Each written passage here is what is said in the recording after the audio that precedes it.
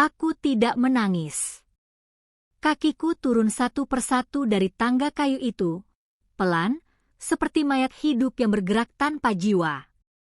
Dadaku sesak tapi mataku kering. Suara itu masih terdengar dari atas, desahan Dariel yang selama 6 tahun hanya kupikir milikku. Sekarang bercampur suara wanita lain yang lebih muda, lebih liar, lebih bebas. Aku berhenti di ruang tamu. Sandal kulit wanita itu tergeletak begitu saja di dekat sofa rotan. Sandal mahal. Merek yang sama dengan yang pernah Dariel belikan untukku tahun lalu, waktu ulang tahun pernikahan kami. Jari-jariku mengepal. Aku ambil sandal itu, melemparnya ke sudut ruangan, lalu berjalan menuju ruang kontrol di belakang dapur. Pintu kayu jati itu kubuka dengan kunci yang selalu kuselipkan di saku celana. Ruangan kecil tanpa jendela ini adalah jantung villa. Semua sistem keamanan, listrik, CCTV, kunci digital, semua terpusat di sini. Layar monitor menampilkan 6 sudut berbeda villaku. Salah satunya mengarah ke kamar tamu lantai 2. Kamar yang pintunya masih tertutup rapat. Tanganku bergerak sendiri. Aku tekan ikon gembok di layar tablet, pintu utama terkunci. Pintu belakang terkunci. Gerbang pagar terkunci. Semua akses keluar tertutup. Digital lock. Tidak bisa dibuka dari dalam tanpa password yang hanya aku tahu. Jantungku berdebar tapi kepalaku jernih. Jernih sekali. Seperti ada suara lain di dalam diriku yang berbisik, tutup semua jalan. Jangan biarkan mereka kabur. Aku geser layar ke kontrol listrik. Jari telunjukku melayang di atas tombol merah. Satu ketukan, dan seluruh villa akan gelap gulita. Tapi aku tidak bodoh. CCTV harus tetap menyala. Aku butuh bukti. Aku butuh rekaman. Maka kumatikan hanya listrik utama. Lampu, AC, colokan, semua mati. Tapi CCTV tersembunyi di setiap sudut villa tetap aktif dengan baterai cadangan.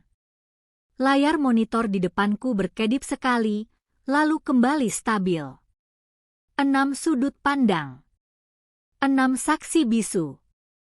Beberapa detik kemudian, suara teriakan kecil terdengar dari atas. Wanita itu. Lalu suara Dariel, berat dan panik. Kenapa lampunya mati? Aku tidak bergerak. Hanya menatap layar.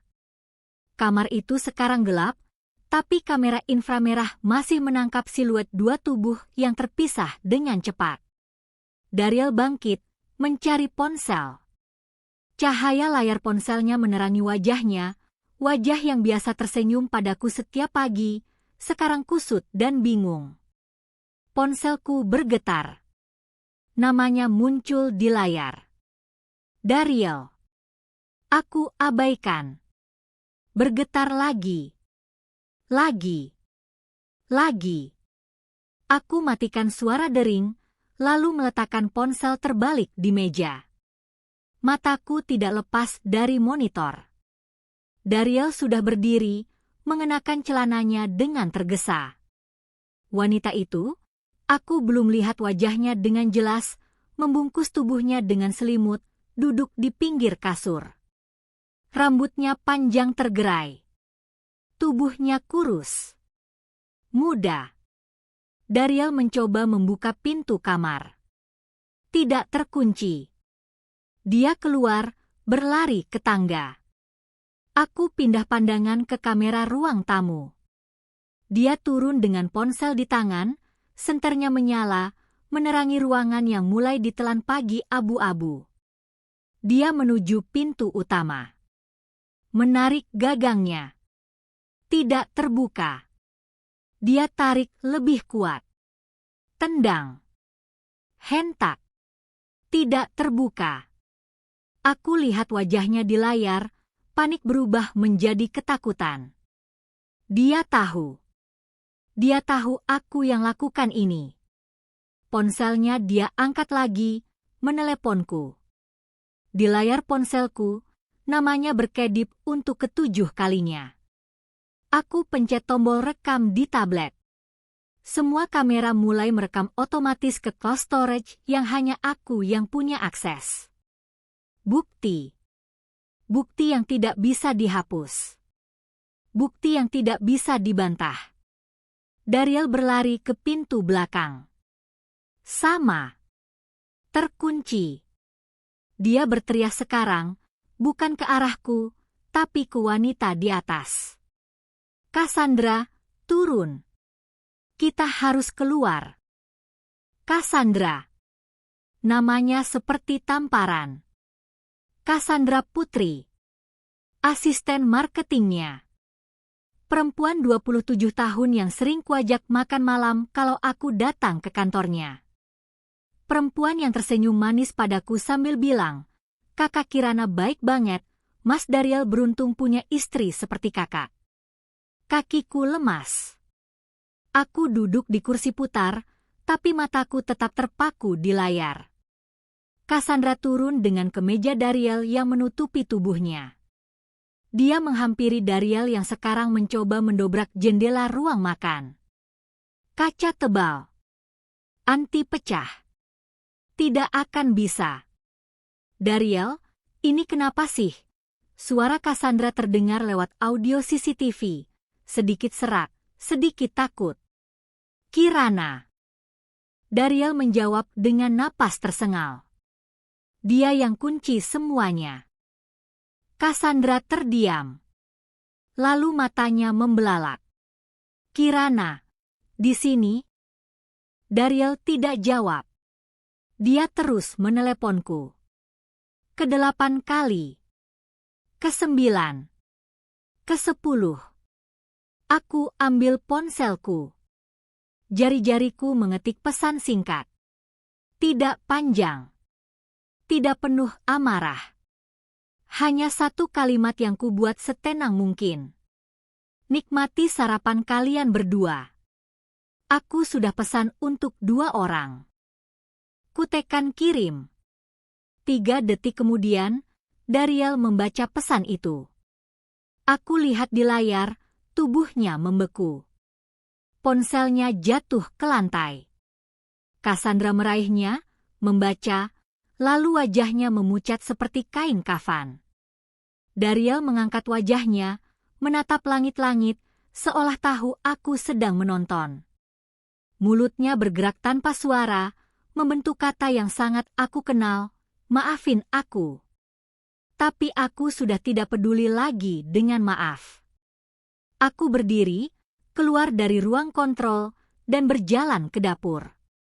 Kulkas masih dingin, generator cadangan otomatis menyala untuk kulkas dan freezer. Aku buka pintu kulkas, ambil 2 kotak nasi bungkus yang sengaja ku beli tadi malam sebelum pulang. Nasi uduk untuk 2 orang. Aku letakkan di atas meja makan, rapi, seperti menyambut tamu. Lalu aku duduk di kursi panjang menghadap jendela besar yang memandang sawah. Matahari mulai naik. Cahaya keemasan menyentuh pematang. Burung-burung berkicau. Pagi yang indah.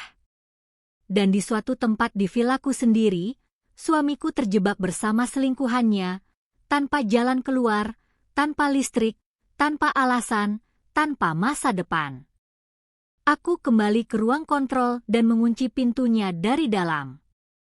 Kursi putarku geser lebih dekat ke meja.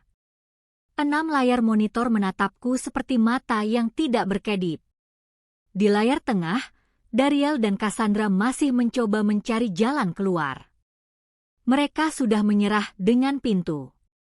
Sekarang Cassandra duduk di sofa, memeluk lututnya. Daryl mondar-mandir seperti hewan dalam kandang. Ponselku bergetar lagi. Bukan panggilan. Voice note. Aku tekan play. Kirana, dengerin aku dulu. Ini bukan yang kamu pikirin, Please. Buka pintunya, kita bisa bicara baik-baik. Kirana, sayang, kumohon. Suaranya gemetar. Nyaris menangis. Aku stop voice note itu di detik ke-7. Voice note kedua masuk. Aku play lagi. Ini salahku, aku tahu, tapi jangan seperti ini. Kita suami istri. Kirana, masa kamu mau ngurung aku kayak gini? Buka pintunya dulu, ya, nanti kita ngomong. Aku delete voice note itu tanpa mendengar sampai habis. Mataku beralih ke layar monitor. Cassandra sekarang berdiri di depan kamera ruang tamu. Dia seperti tahu di mana kamera tersembunyi. Matanya merah. Bibirnya bergerak. Dia bicara pada kamera, pada aku, meskipun tidak ada audio dua arah. Kak Kirana, maafin aku salah, maafin aku. Aku zoom in wajahnya. Riasan matanya luntur. Rambutnya berantakan. Kemeja Dariel kebesaran di tubuhnya. Dia terlihat seperti anak kecil yang ketakutan. Tapi aku bukan ibunya. Aku screenshot layar itu. 1, 2, 3 kali dari sudut berbeda. File otomatis tersimpan di cloud.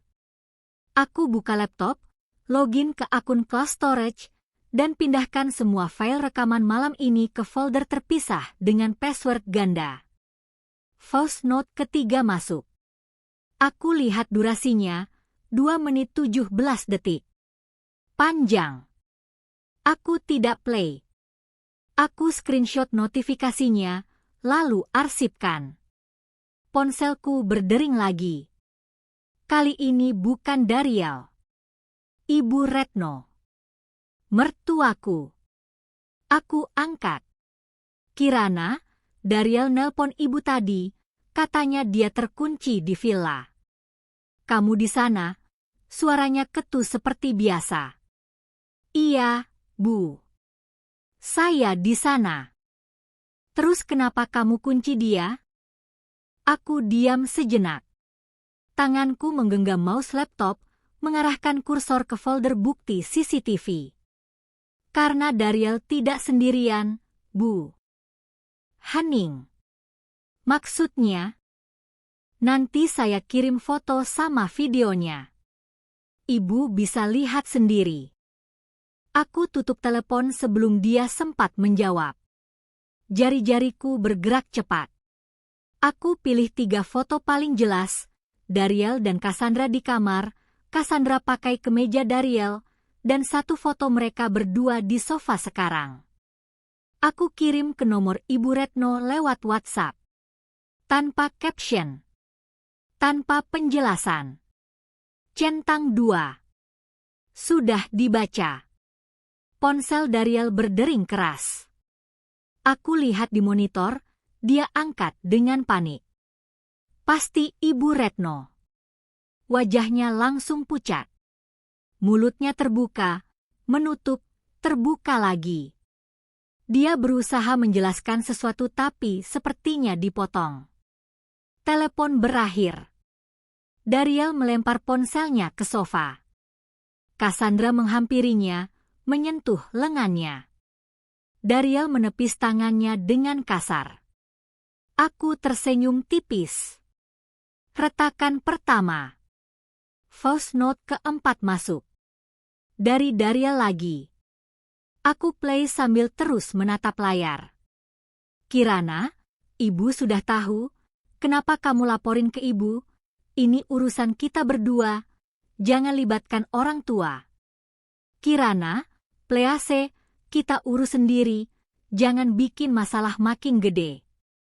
Aku stop voice note itu. Tekan tombol record di aplikasi perekam suara di ponselku. Lalu play ulang voice note-nya dari awal. Aku rekam semuanya. Bukti bahwa dia lebih takut Ibu Retno tahu daripada takut kehilangan aku. Matahari sudah sepenuhnya naik sekarang. Cahayanya masuk lewat celah-celah jendela ruang kontrol. Villaku mulai terang meskipun tanpa listrik. Aku lihat jam dinding, pukul 6:23. Mereka sudah terkurung hampir 2 jam. Aku ambil ponsel lagi. Ketik pesan baru untuk Dariel. Aku sudah bilang. Nikmati sarapannya. Kotak nasi di meja makan. Untuk kalian berdua. Kirim. Aku lihat di monitor, Dariel membaca pesan itu.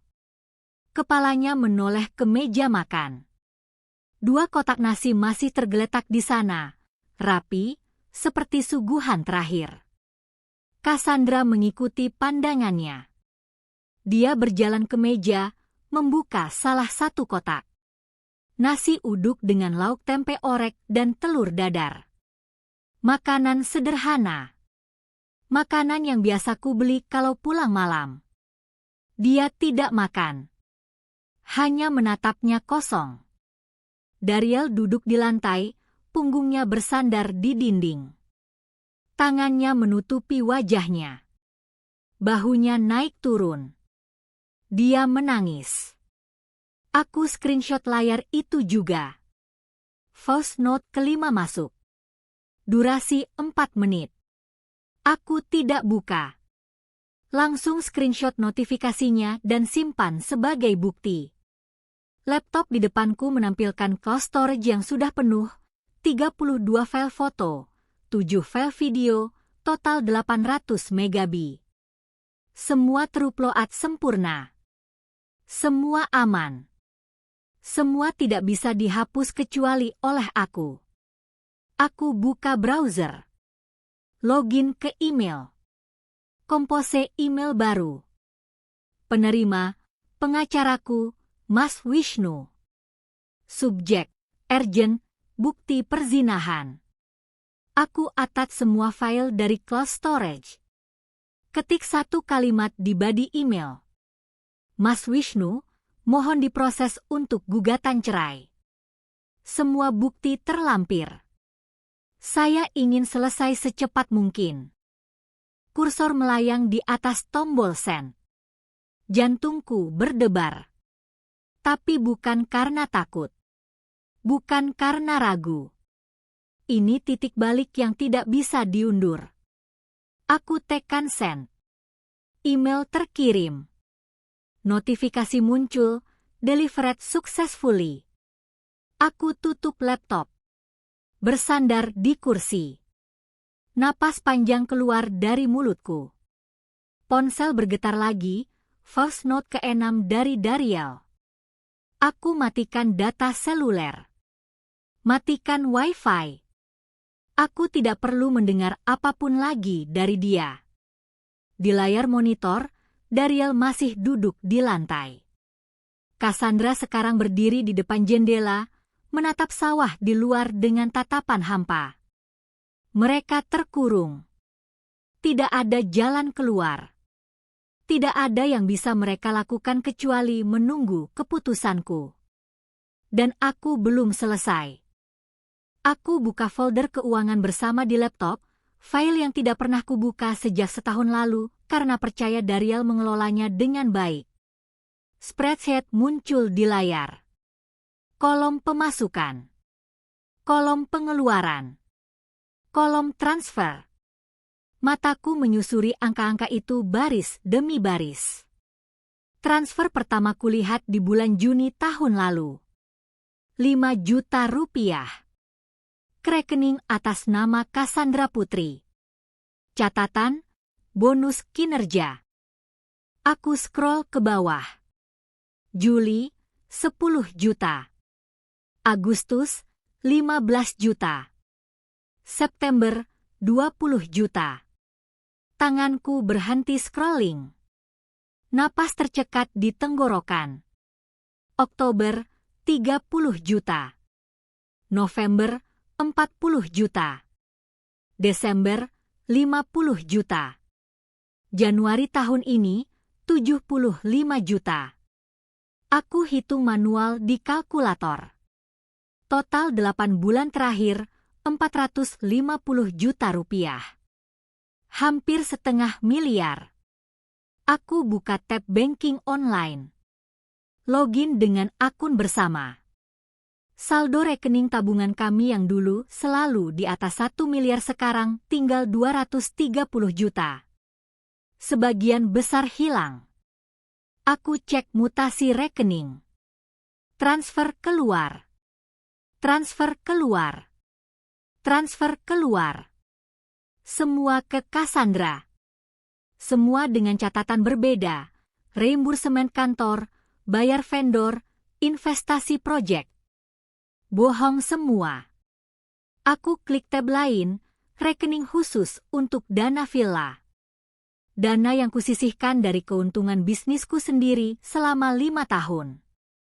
Danaku. Bukan dia. Saldo kosong.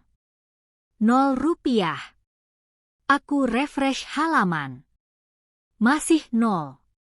Jari-jariku gemetar di atas keyboard.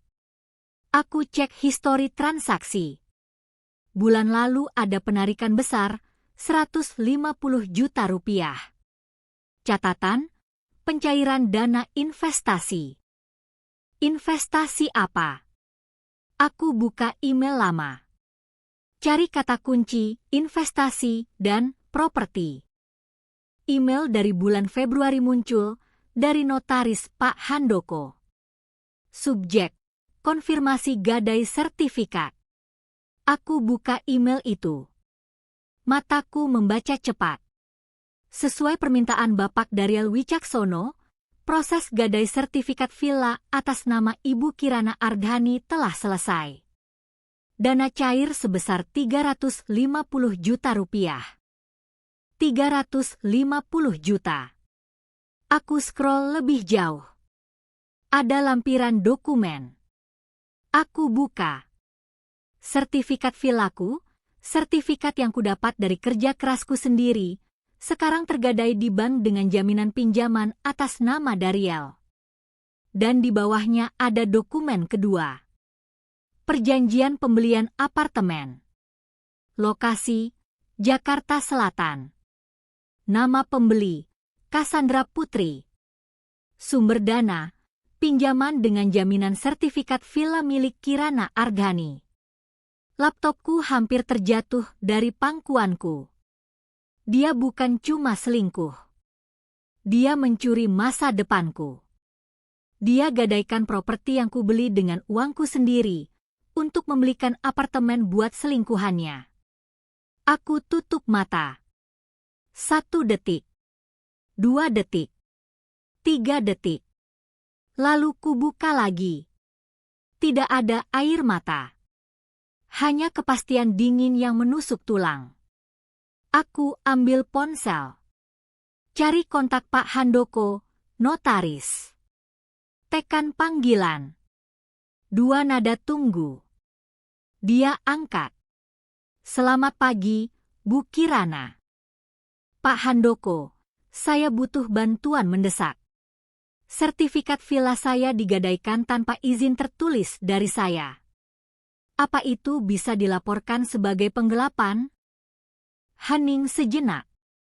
Secara hukum, jika sertifikat atas nama ibu tapi digadaikan tanpa persetujuan tertulis ibu, itu bisa dijerat pasal penggelapan atau pemalsuan dokumen.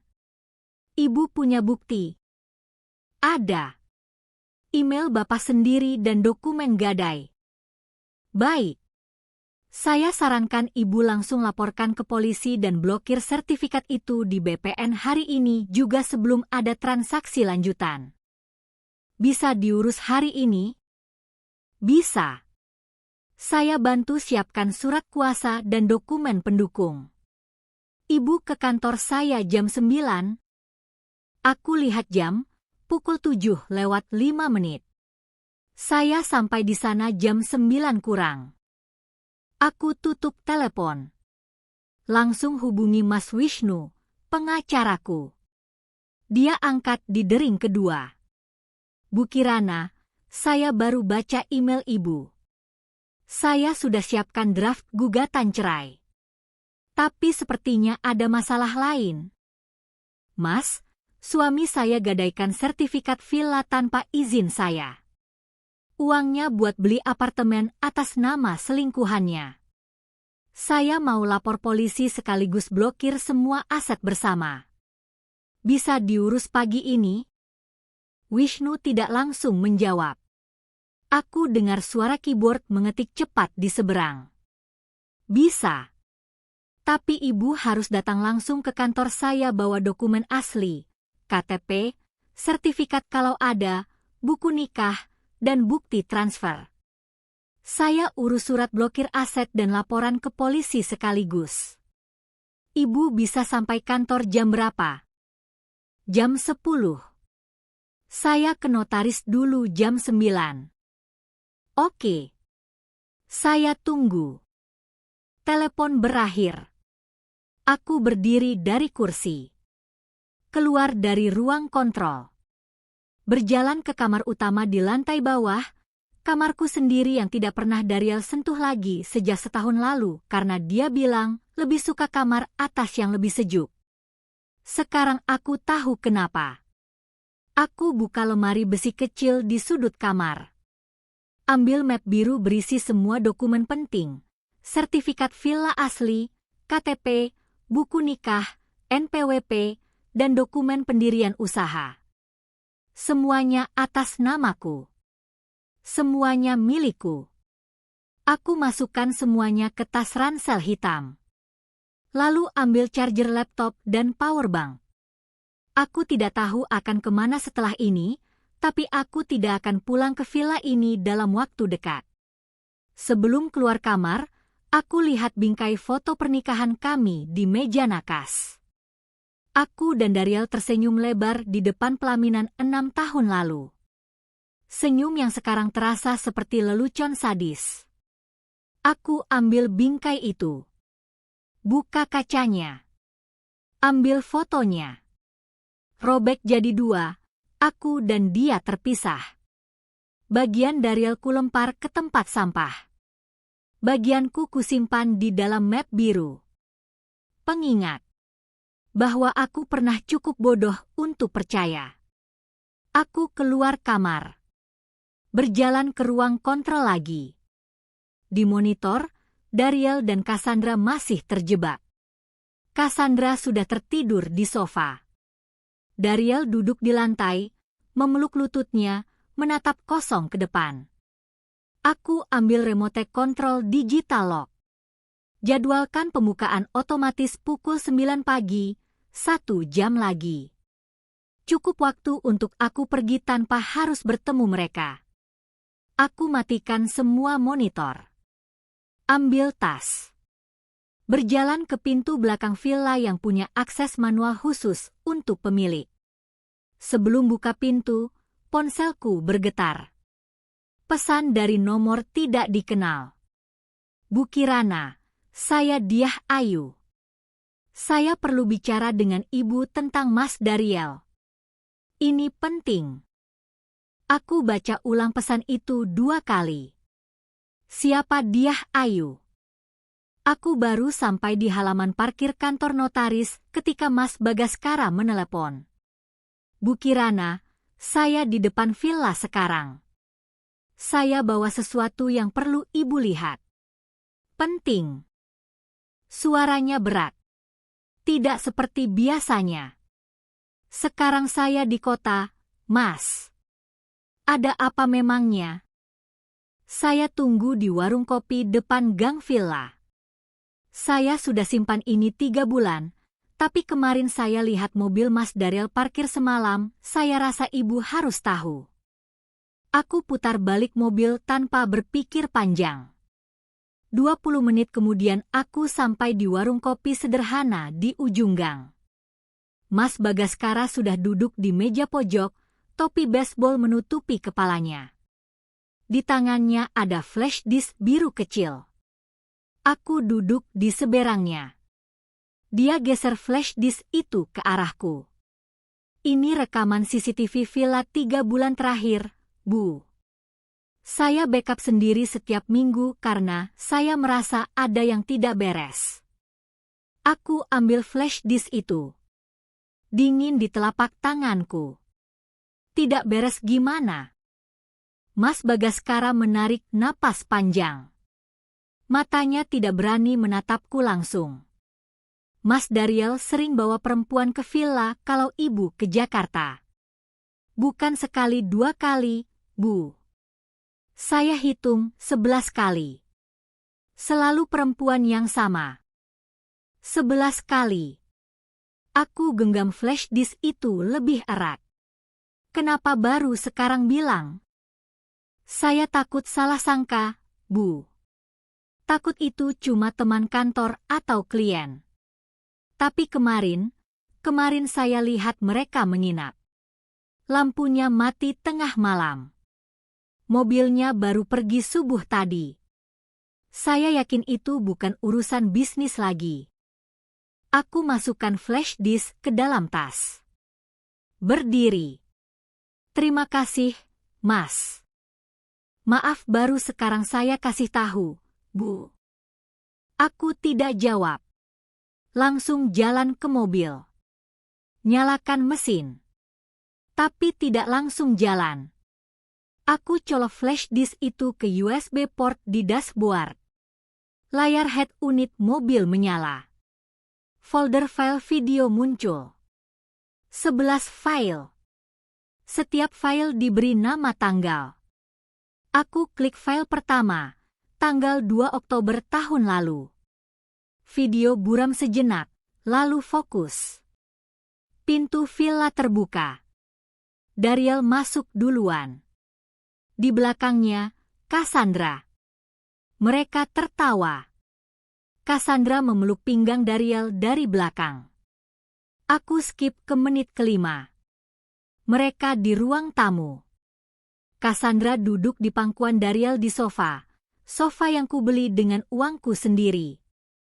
Aku tutup file itu. Buka file kedua. Tanggal 9 Oktober. Sama. Mereka masuk berdua. Kali ini Cassandra bawa tas besar. Seperti menginap. File ketiga. Tanggal 15 Oktober. Mereka masak bersama di dapur. Cassandra menyuapi Daryl. Daryl mencium keningnya. Tanganku gemetar di atas layar sentuh. Aku paksa diri buka file keempat. Tanggal 22 Oktober. Mereka di kolam renang villa. Cassandra pakai bikini merah. Daryl memeluknya dari belakang. Mereka berciuman. Aku skip semua file. Langsung ke file terakhir, tanggal kemarin. Video mulai dari sore. Daryl dan Cassandra datang dengan bawa kantong belanjaan. Mereka masak bersama. Makan malam di teras sambil minum wine. Lalu naik ke lantai 2. Masuk ke kamar tamu. Aku fast forward sampai malam. Pukul 10 malam. Mereka keluar dari kamar dengan handuk. Mandi bersama di kamar mandi luar yang menghadap taman. Tertawa. Saling siram air. Aku post video. Tapi ada bagian audio yang belum selesai. Aku rewind sedikit, ke bagian mereka duduk di teras sambil minum wine. Volumeku perbesar. Suara Cassandra terdengar jelas. Enak ya pakai villa orang, gratis pula. Daryl tertawa. Santai aja. Kirana gak bakal tahu. Dia sibuk banget sekarang. Iya sih. Terlalu sibuk jadi strong independent woman. Kasian juga kamu, Daryl. Punya istri yang lebih fokus ke bisnis daripada suaminya. Makanya aku butuh kamu. Kamu beda. Kamu perhatian. Aku stop audio. Strong independent woman. Kata-kata itu seperti tamparan di wajah. Aku yang membiayai hidupnya sejak bisnisnya bangkrut 2 tahun lalu. Aku yang bayar cicilan mobilnya. Aku yang kasih dia modal buat mulai usaha lagi.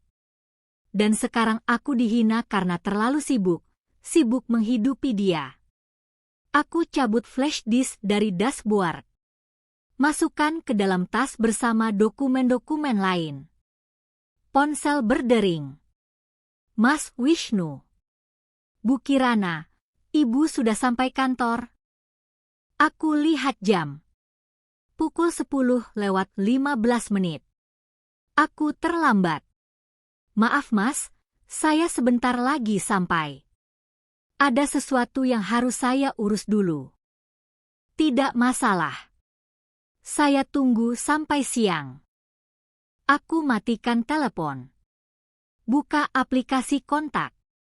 Cari nama Ibu Sari, public relation yang sering bantu aku untuk event villa dan koneksi media. Tekan panggilan. Kirana. Lama tidak dengar kabar. Ada perlu apa? Bu Sari, saya butuh bantuan. Saya mau rilis statement di media sosial dan grup komunitas bisnis kita. Tentang penggelapan aset dan perselingkuhan. Bisa diatur. Hening sejenak. Ini serius. Sangat. Kirim detailnya ke email saya. Dalam 2 jam saya pastikan tersebar di semua grup pengusaha Bali dan Jakarta. Statement atau ada bukti? Ada bukti lengkap.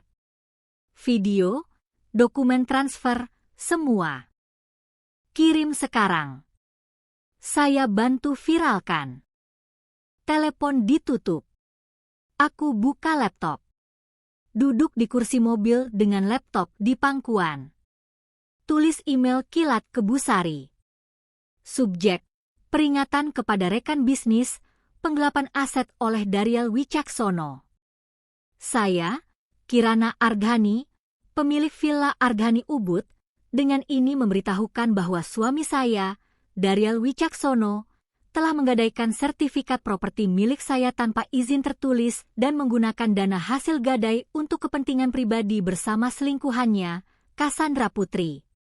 Terlampir bukti transfer dana, dokumen gadai ilegal, dan rekaman CCTV. Saya sedang menempuh jalur hukum pidana dan perdata. Siapapun yang memiliki kerjasama bisnis dengan yang bersangkutan, harap berhati-hati.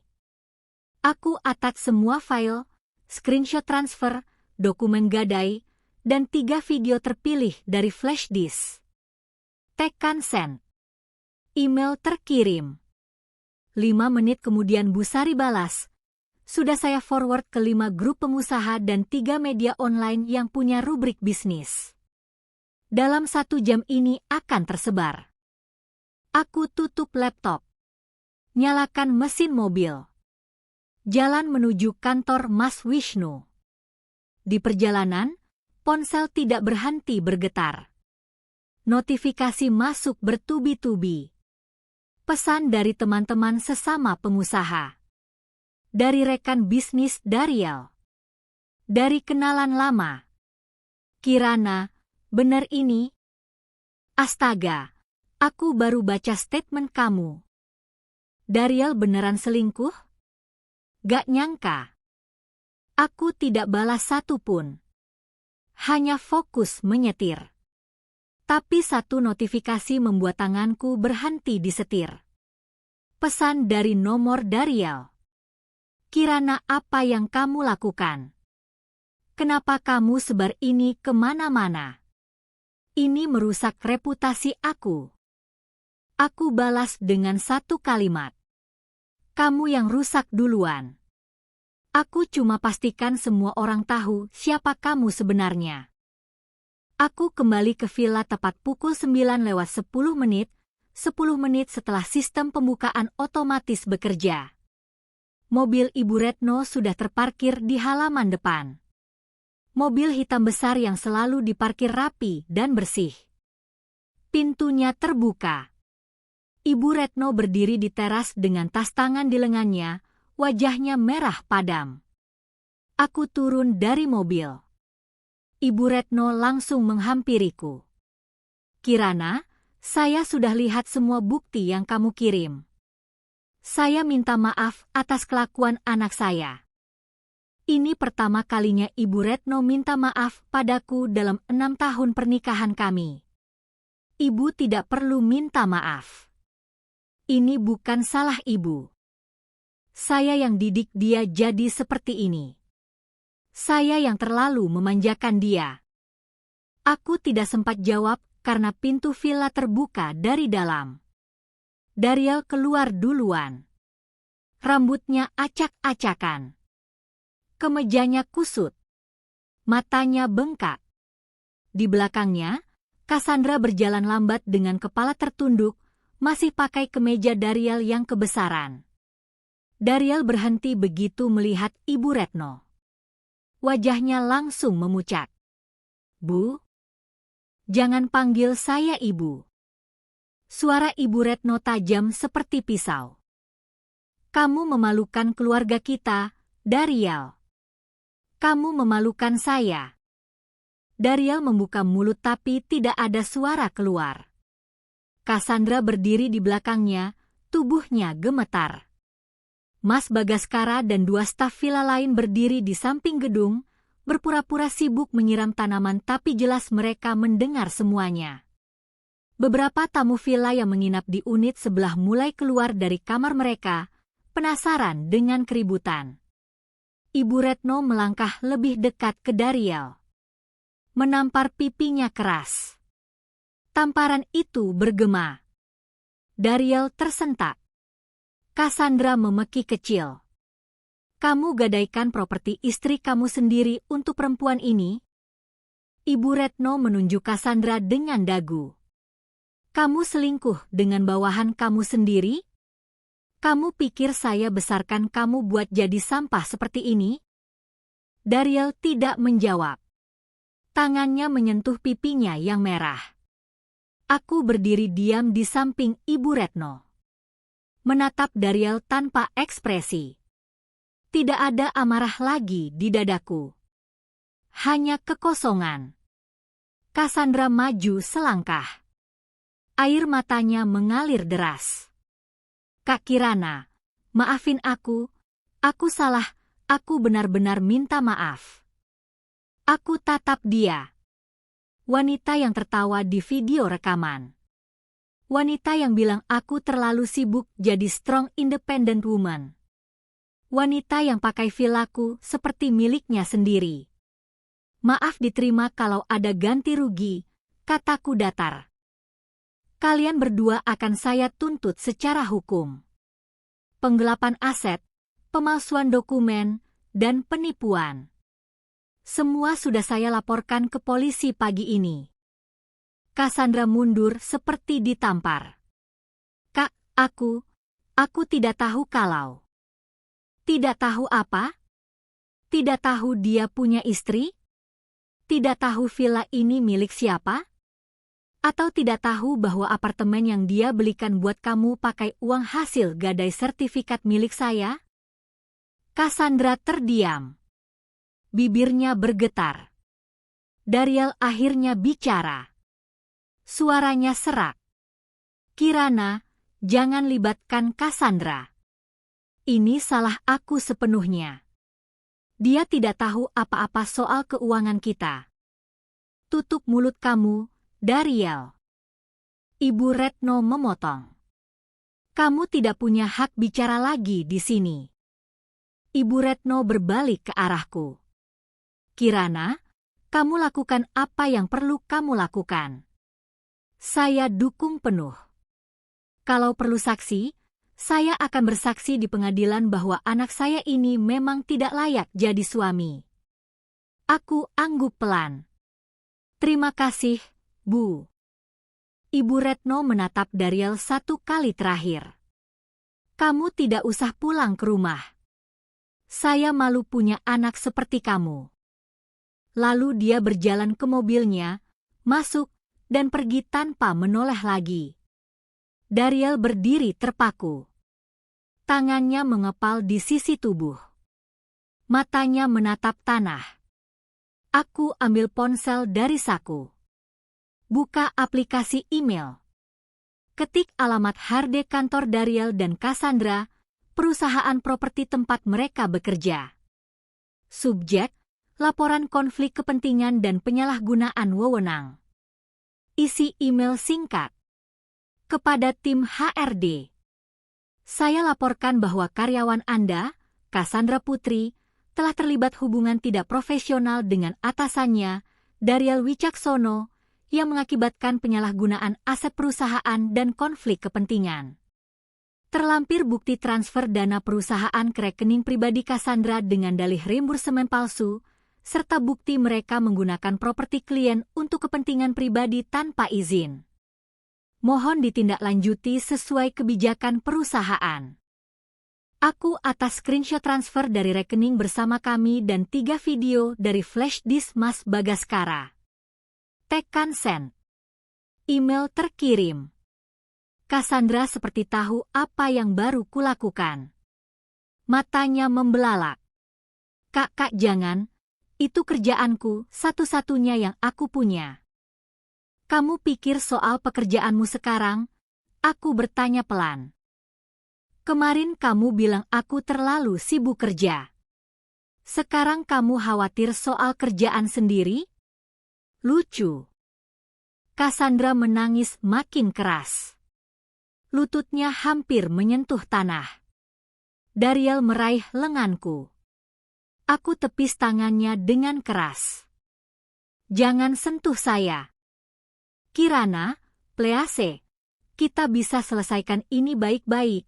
Jangan hancurkan hidup kami berdua seperti ini. Aku tatap matanya. Mata yang dulu kupikir penuh cinta. Sekarang hanya ada kepanikan dan perhitungan. Kamu yang hancurkan hidupmu sendiri, Daryl. Saya cuma pastikan kamu tanggung konsekuensinya. Ponselku berdering. Nomor tidak dikenal. Aku angkat. Bu Kirana, saya dari Polda Metro. Laporan ibu sudah kami terima. Kami butuh ibu datang untuk BAP hari ini. Bisa jam berapa? Saya bisa siang ini. Jam 12. Baik, kami tunggu. Oh ya, untuk tersangka Daryl Wicaksono, kami akan proses pemanggilan resmi dalam 24 jam. Aku tutup telepon. Tatap Daryl yang sekarang benar-benar pucat. 24 jam lagi polisi akan panggil kamu. Siapkan pengacara. Aku berjalan melewatinya, masuk ke dalam villa, mengambil sisa barang-barangku yang tertinggal. Tas, charger, jaket. Semua kumasukkan ke dalam ransel. Ketika keluar lagi, Cassandra sudah duduk di tangga teras, menangis sendirian. Daryl berdiri di samping mobilnya, memegang ponselnya dengan tangan gemetar, mungkin mencoba menelepon pengacara atau siapapun yang mau membantunya. Tapi tidak ada yang akan membantu. Reputasinya sudah hancur. Statementku sudah menyebar ke semua grup pengusaha. Keluarganya sudah meninggalkannya. Pekerjaannya akan hilang setelah HRD tahu. Aku naik ke mobil. Nyalakan mesin. Sebelum jalan, aku lihat mereka berdua sekali lagi lewat kaca spion. 2 orang yang menghancurkan hidupku sekarang berdiri sendiri-sendiri, hancur, terpuruk, tanpa jalan keluar. Tapi aku tidak merasa menang. Hanya kosong. Dan entah kenapa, ponselku bergetar lagi, pesan dari nomor yang sama seperti tadi pagi. Diah Ayu. Bu Kirana, tolong balas pesan saya. Ini tentang anak Mas Daryl. Seminggu setelah laporan polisi, aku duduk di kafe dekat kantor pengacara menunggu Diah Ayu, wanita yang terus mengirim pesan tentang anak Daryl. Dia datang tepat waktu. Perempuan bertubuh kecil, rambut diikat kuncir kuda, wajahnya lelah. Di tangannya, tas ransel lusuh. Dia duduk di seberangku tanpa senyum. Terima kasih sudah mau ketemu, Bu Kirana. Aku angguk. Langsung saja. Kamu bilang ada anak Daryl. Diah Ayu membuka tasnya, mengeluarkan map coklat tipis, menaruhnya di meja. Ini akta kelahiran anak saya. Nama ayahnya kosong karena Mas Daryl tidak mau mengakui. Aku buka map itu. Akta kelahiran atas nama Ravandra Aditama Putra.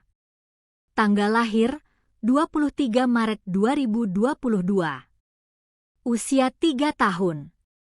Nama ibu Diah Ayu Pramesti. Nama ayah kosong. Dada sesak tapi aku paksa wajahku tetap datar. Foto anaknya. Diah Ayu keluarkan ponselnya. Buka galeri. Geser ke arahku. Foto anak laki-laki kecil dengan mata bulat besar. Alis tebal. Hidung mancung. Persis seperti Daryl. Tidak ada yang bisa membantah kemiripan itu. Aku zoom foto. Anak itu tersenyum lebar sambil pegang mobil mainan. Matanya, mata Daryl. Bahkan bentuk bibirnya sama. Kapan kamu kenal Daryl? 4 tahun lalu. Saya kerja sebagai waitress di restoran tempat dia sering meeting. Dia bilang dia sedang proses cerai. Bilang istrinya tidak bisa hamil dan tidak mau adopsi. Dia bilang ingin punya anak. Aku taruh ponselnya di meja. Tanganku mengepal di pangkuan. Lalu, kami jadian 7 bulan. Saya hamil bulan ke-6. Begitu saya bilang hamil, dia hilang. Teleponnya diblokir. Kantor dia tidak bisa dihubungi.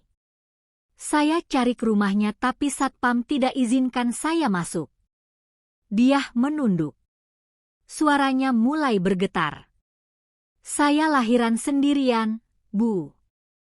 Keluarga saya di kampung. Tidak ada yang bantu. Saya harus kerja lagi 2 bulan setelah lahiran buat hidupi anak saya. Mas Daryl tidak pernah kasih sepeser pun. Aku menarik napas panjang. 4 tahun lalu. Itu tahun ketiga pernikahan kami. Tahun di mana Daryl bilang dia ingin fokus bangun bisnis dulu sebelum punya anak. Tahun di mana aku setuju menunda kehamilan karena percaya pada visinya. Ternyata dia tidak ingin anak dengan aku. Dia sudah punya anak dengan orang lain. Kenapa baru sekarang kamu hubungi saya? Karena saya lihat berita tentang ibu dan Mas Daryl di grup media sosial. Saya baca statement ibu. Saya pikir, ibu berhak tahu siapa suami ibu sebenarnya. Diah Ayu keluarkan amplop putih dari tasnya. Ini hasil tes DNA yang saya lakukan sendiri tahun lalu. Saya ambil sampel rambut Mas Daryl dari mobilnya waktu saya berhasil nemuin dia parkir di mall. Cocok 99,9%. Ravandra itu anak Mas Daryl. Aku buka amplop itu. Dokumen lab resmi dari rumah sakit swasta ternama. Hasilnya jelas tertulis. Probability of paternity 99,9%. Aku tutup amplop itu pelan. Menatap Diah Ayu yang sekarang menghapus air matanya dengan punggung tangan. Kamu mau apa dari saya? Saya tidak mau apa-apa dari ibu. Tapi saya mau Mas Daryl tanggung jawab. Selama ini dia hidup enak pakai uang ibu, sementara anak kandungnya sendiri tidak pernah dia kasih makan sekalipun. Aku diam. Otak bekerja cepat. Kamu punya bukti hubungan kalian dulu? Ada. Chat, foto, video kami berdua. Semuanya masih saya simpan. Kirim semuanya ke email saya sekarang. Diah Ayu langsung buka ponselnya. Jari-jarinya mengetik cepat. 5 menit kemudian emailku berbunyi. Puluhan file masuk. Screenshot chat, foto Diah dan Daryl di restoran, di pantai, di kamar hotel. Video mereka merayakan ulang tahun Diah. Aku buka satu video.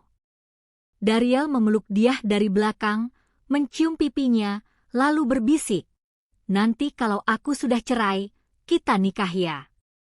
Kita punya anak banyak." Aku tutup video itu. Mual naik ke tenggorokan. "Mas Daryl bilang ibu tidak bisa hamil," Diah berbisik. "Tapi kayaknya itu bohong ya, Bu?" Aku tatap dia. Saya yang pilih tidak hamil dulu. Dia yang setuju. Ternyata dia pakai alasan itu untuk cari yang lain. Dia menggigit bibir. "Maaf, Bu. Kalau saya tahu dia bohong dari awal, saya tidak akan." "Sudah. Bukan salahmu." Aku ambil ponsel. Buka kontak Mas Wisnu. Ketik pesan cepat. "Mas, saya dapat bukti baru. Daryl punya anak luar nikah usia 3 tahun. Ibu kandungnya mau bersaksi. Ada hasil tes DNA. Bisa ditambahkan ke gugatan. Balas masuk dalam 30 detik. Bisa. Ini bukti kuat untuk gugatan cerai dengan alasan zina dan penelantaran anak. Kirim semua buktinya sekarang." Aku forward semua email dari Diah ke Mas Wisnu. Lalu buka grup keluarga besar Daryl di WhatsApp, grup yang isinya semua saudara, sepupu, om, tante, dan Ibu Retno. Jari-jariku melayang di atas keyboard. Grup ini sangat religius. Mereka sering posting ayat-ayat, ceramah, dan nasihat tentang kehormatan keluarga.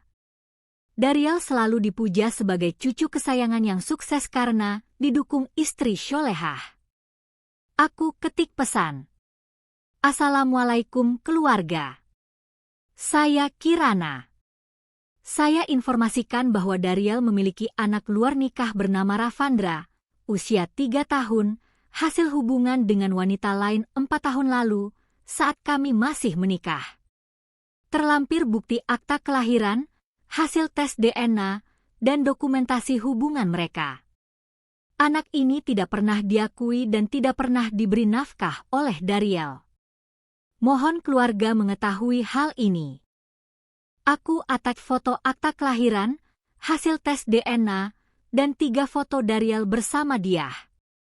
Jari bergetar di atas tombol send. Ini akan menghancurkan Daryl di mata keluarganya. Ini akan membuat namanya dikutuk dalam setiap doa keluarga besar yang sangat menjunjung tinggi moral dan agama. Tapi dia yang mulai duluan. Dia yang hancurkan hidupku dengan kebohongan berlapis. Aku tekan send. Pesan terkirim ke grup berisi 43 anggota keluarga. Dalam 10 detik, centang biru muncul di bawah pesan. Sudah dibaca. 2 orang. 5 orang. 10 orang. Ponselku langsung meledak dengan notifikasi. Telepon masuk dari Ibu Retno. Aku abaikan. Pesan dari sepupu Daryl. Dari omnya. Dari tantenya. Astaga Kirana, ini beneran? Ya Allah, anak haram. Daryl gila apa? Aku matikan notifikasi. Taruh ponsel terbalik di meja. Diah Ayu menatapku dengan mata lebar. Ibu kirim ke keluarganya. Ya. Mereka berhak tahu. Dan anak kamu berhak dapat nafkah dari ayah kandungnya. Diah menangis lagi. Tapi kali ini bukan tangis sedih. Seperti lega. Terima kasih, Bu Kirana. Terima kasih sudah percaya saya. Aku tidak jawab. Hanya menatap kosong keluar jendela kafe. Daryl sekarang bukan hanya kehilangan istri, pekerjaan, dan reputasi bisnis. Dia juga baru saja kehilangan keluarganya, satu-satunya yang tersisa. 6 bulan kemudian, aku berdiri di depan gedung pengadilan memegang surat putusan cerai yang baru saja ditandatangani hakim. Resmi. Bercerai. 6 tahun pernikahan berakhir dalam 15 menit sidang. Mas Wisnu berdiri di sampingku, menutup map coklat berisi dokumen. Selamat, Bu Kirana. Semua aset kembali ke Ibu. Villa, tabungan, bahkan kompensasi dari penjualan apartemen atas nama Cassandra, semuanya jatuh ke Ibu karena terbukti dibeli dari hasil penggelapan. Aku angguk pelan. Tidak ada perasaan menang. Hanya lega. Di seberang ruang sidang, Dariel duduk sendirian di bangku kayu. Pengacaranya sudah pergi duluan. Tidak ada keluarga yang menemani. Ibu Retno tidak datang. Saudara-saudaranya memutuskan kontak sejak pengumuman tentang Ravandra. Dariel mengangkat wajahnya. Matanya bertemu mataku. Kosong. Seperti orang yang sudah menyerah total. Aku berbalik dan berjalan keluar pengadilan tanpa menoleh lagi. Di parkiran, Diah Ayu menungguku sambil menggendong Ravandra. Anak itu tertidur di bahunya, mulutnya sedikit terbuka. Bu Kirana, terima kasih. Pengacara bilang Mas Dariel sekarang harus bayar nafkah 5 juta per bulan buat Ravandra. Itu sudah lebih dari cukup. Aku usap kepala Ravandra pelan. Rambutnya lembut. Dia tidak salah apa-apa. Dia cuma korban dari kebohongan ayahnya.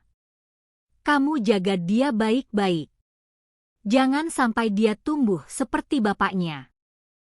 Dia tersenyum tipis. Insya Allah, Bu. Aku masuk mobil dan menyetir pulang ke villa. Villa yang sekarang benar-benar milikku tanpa beban apapun. 3 bulan setelah perceraian, aku mulai renovasi besar-besaran. Kamar tamu yang dulu dipakai Dariel dan Cassandra ku bongkar total. Dinding dicat ulang warna putih bersih. Furnitur lama ku buang semua. Aku bangun 6 kamar baru dengan desain minimalis hangat. Aku ubah villa menjadi Women Empowerment Retreat Center, tempat buat perempuan yang terluka, yang dikhianati, yang kehilangan diri mereka, bisa datang untuk sembuh. Gratis untuk 3 hari pertama. Mereka cuma perlu cerita kenapa mereka butuh tempat ini. Minggu pertama dibuka, 5 perempuan datang. Minggu kedua, 10. Sekarang, setiap minggu ada 20 perempuan yang datang dan pergi dengan mata yang lebih hidup dari sebelumnya. Aku tidak sendirian lagi. Dan mereka juga tidak. Pagi ini, aku duduk di balkon kamar utama menghadap sawah. Secangkir kopi panas di tangan. Matahari baru terbit, cahayanya menyentuh pematang dengan lembut. Burung-burung berkicau. Angin sepo-sepo membawa aroma tanah basah. Laptopku terbuka di meja kecil samping kursi rotan. Notifikasi email masuk. Pengirim, Dariel Wicaksono. Subjek, maafkan aku. Aku tatap layar beberapa detik. Lalu klik email itu. Panjang. 2 halaman penuh. Kata-kata bertele-tele tentang penyesalan, pengakuan salah, penjelasan kenapa dia selingkuh, kenapa dia bohong, kenapa dia lemah. Di paragraf terakhir dia menulis, Kirana, aku tahu aku tidak layak minta maaf. Tapi aku mohon, kasih aku kesempatan kedua. Aku akan buktikan aku bisa berubah. Aku akan kembalikan semuanya. Tolong jangan tutup pintu selamanya. Aku baca sampai habis. Setiap kata. Setiap kalimat. Lalu kursor kugerakkan ke ikon tempat sampah. 1 klik. Email terhapus permanen. Tidak ada yang perlu dibalas. Tidak ada yang perlu dijelaskan lagi. Aku tutup laptop. Angkat cangkir kopi. Teguk pelan. Pahit tapi hangat. Pas. Ponselku berdering. Mas Bagaskara. Bu Kirana, ada 3 perempuan baru yang mau daftar retreat minggu depan. 1 dari Surabaya, 2 dari Jakarta. Kamarnya masih ada? Masih. Daftarkan saja. Kirim mereka form registrasi. Siap, Bu. Telepon ditutup. Aku berdiri, berjalan ke pagar balkon. Sawah di depanku terbentang luas. Petani sudah mulai bekerja, topi caping melindungi kepala mereka dari matahari pagi. 6 bulan lalu aku berdiri di sini dengan dada remuk, mata bengkak, dan masa depan yang terasa gelap. Sekarang aku berdiri di tempat yang sama, tapi dadaku ringan, mataku jernih, dan masa depan terasa seperti kanvas kosong yang bisa kulukis sesuka hati. Aku dengar langkah kaki di belakang. Salah satu tamu retreat, perempuan bernama Lastri yang suaminya juga selingkuh, berdiri di pintu balkon dengan cangkir tehnya. Bu Kirana, boleh gabung?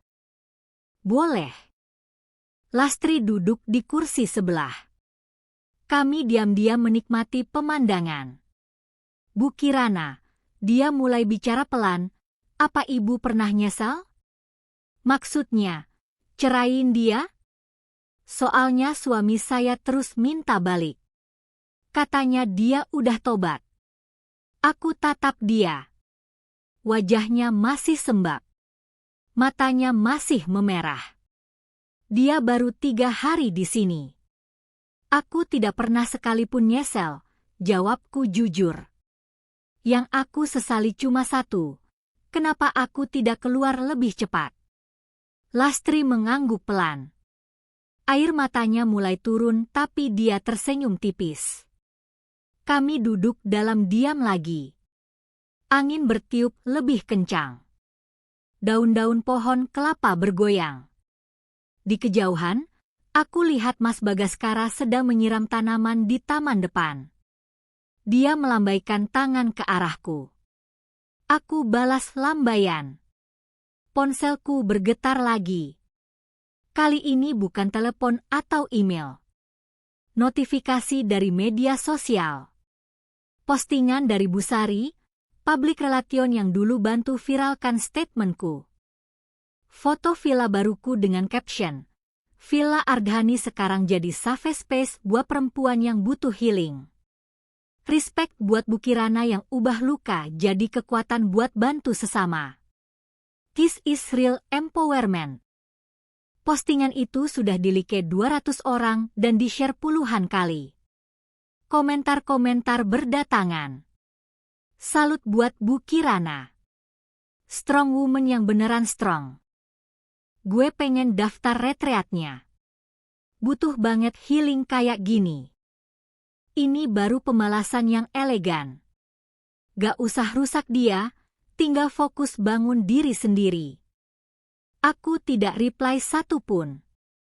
Aku cuma screenshot postingan itu dan simpan di folder, bukti aku bisa. Lastri mengintip layar ponselku. Wah, villa ibu terkenal ya. Bukan terkenal, aku koreksi sambil tersenyum. Cuma dibutuhkan. Beda. Lastri tertawa kecil. Untuk pertama kalinya sejak dia datang, dia tertawa. Aku berdiri, mengulurkan tangan padanya. Yuk, kita sarapan bareng yang lain. Hari ini ada kelas yoga dan journaling.